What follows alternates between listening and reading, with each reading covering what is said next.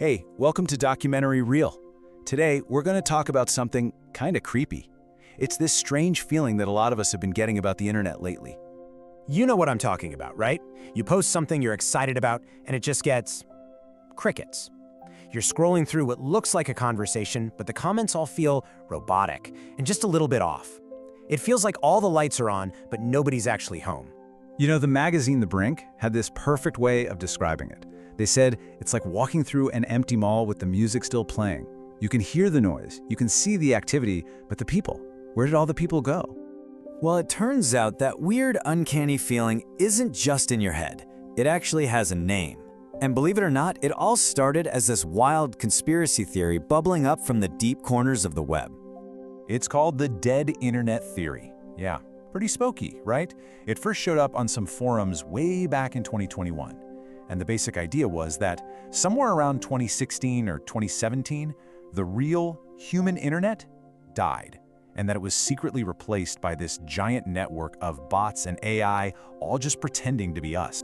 Now that sounds like something out of a sci-fi movie, I know, but here's the crazy part.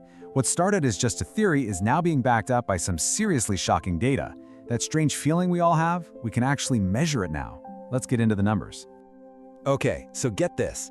According to a huge report from the cybersecurity company Imperva, we have officially crossed a wild threshold. For the first time in history, automated traffic, bots, is now bigger than human traffic. We, you and me, we are now the minority on the internet. And this change happened unbelievably fast. I mean, look at this. Just a few years ago, in 2020, people, real humans, made up almost 60% of all traffic. Fast forward to 2024, and we've dropped below 50%. The bots have officially taken over. Now you might be thinking, okay, but not all bots are bad. And you're kind of right. About 14% are what we call good bots. They're things like search engine crawlers that help index the web. But a whopping 37% are bad bots. These are the ones built for spamming, stealing your data, all that nasty stuff. Let that sink in for a second. Over a third of the entire internet is just malicious code running wild. But here's where it goes from a technical problem to something way, way weirder. We're not just talking about invisible traffic in the background. We're talking about the actual stuff we look at, the videos we watch, the articles we read, every single day.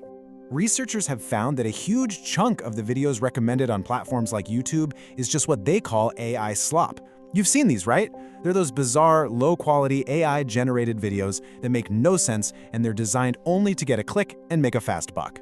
And it's not just video. One academic paper estimates that almost 40% of all the text you now read online is probably written by an AI. Think about that. The next product review, the next comment, the next news story you read, there's a really good chance a human being never touched it. The human voice is literally being drowned out. So okay, a huge part of the internet is fake. So what? What's the big deal? Well, what does living in this fake, synthetic world actually do to us, the humans who are still left here? Well, it creates this thing that experts are calling digital loneliness.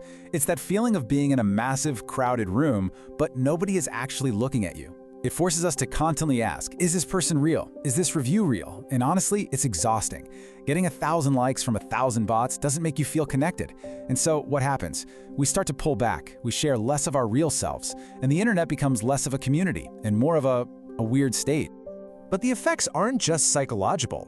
All of this AI content is creating a bizarre feedback loop that could literally make the entire internet, well, dumber. There's a scientific term for it, AI autophagy. It's a fancy word, but the idea is super simple. It's what happens when AI stops learning from real human stuff, our art, our writing, our photos, and instead starts learning from the junk that other AIs have already made. It's literally like a snake eating its own tail. And this image shows it perfectly. So on the left, you've got an AI that learned from numbers drawn by real people. They're pretty clear, right? But now look at the right. This is what happens after that same AI learns from its own creations over and over and over. It's a mess. The quality just collapses. The AI starts to forget what a number is even supposed to look like. And this is where my mind was just blown. If it could happen with something as simple as numbers, imagine what happens with more complex ideas, like cats. So here, the AI was trained on thousands of real photos of all different kinds of cats. But after just a few generations of it learning from its own AI-generated cats, look, the diversity is gone. It just makes the same weird, distorted, generic cat again and again. It's like the internet is literally starting to forget what a cat even looks like. So, if our internet is becoming this weird ghost town filled with bots that are just eating their own tail, what on earth does that mean for us? Where do we go from here? This is really the big question, the one we're all going to have to start answering. In a digital world that's becoming more and more fake, being authentic, being real, being human, that's becoming more valuable than ever.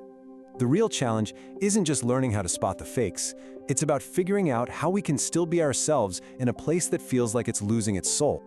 So, what do you think? Is this whole dead internet thing real? Is this where we're headed? It's a lot to think about.